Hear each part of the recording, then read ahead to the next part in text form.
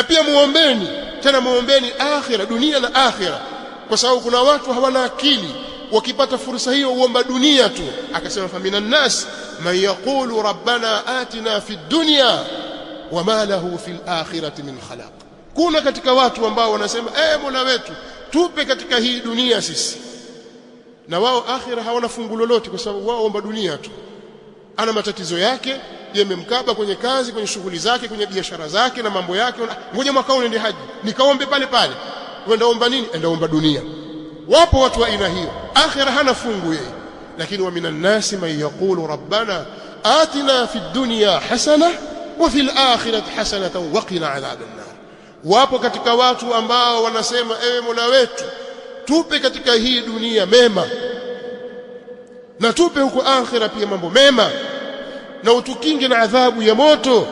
Ulaika lahum nasibun mimma kasabu wallahu sari'ul hisab.